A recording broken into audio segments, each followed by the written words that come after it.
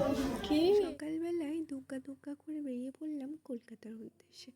আর ওর তখনও ঘুম ভাঙেনি, তাই ওকে জোর জবরদস্তি করে তোলা হয়েছে। আর দেখো, এটা ঘুম ভেঙে যাওয়ার পরের অবস্থা। সারা রাস্তাটা এইভাবে দেখে দেখে আর বকে বকে গেছে, একটুও ঘুমায়নি। আসলে এর আগে ওকে নিয়ে সেরকম কোথাও যাওয়া হয়নি, তাই আমাদের কাছে জার্নি মনে হলেও ওর কাছে এই জার্নিটা বেশ আনন্দের ছিল।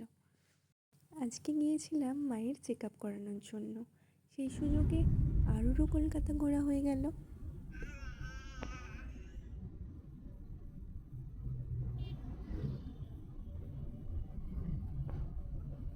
কথা বলতে বলতে পৌঁছে গেলাম, আর দেখো পিচ্ছিটা এখনও ঘুমায়নি, ঠিক ঠাম্মির কোলে বসে দেখছে।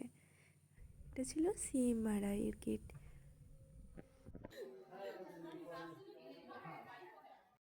বিল করিয়ে নিয়ে গিয়ে দেখি পিচ্ছিটা দাদাটার কোলে আদর খেতে লেগেছে। ধরো মামা,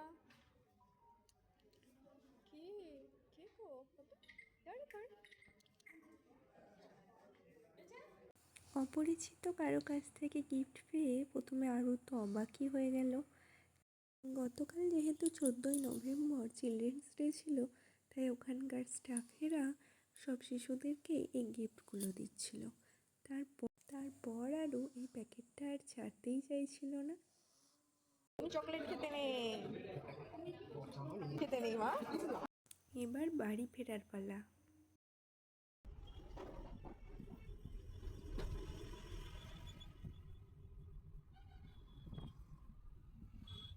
আর এখানে পিচ্ছিটার কাণ্ড দেখো, ঠাকুমার কাঁধের ওপর দাঁড়িয়ে পিছন দিকে দেখে দেখে যাবে, তাও নামবে না।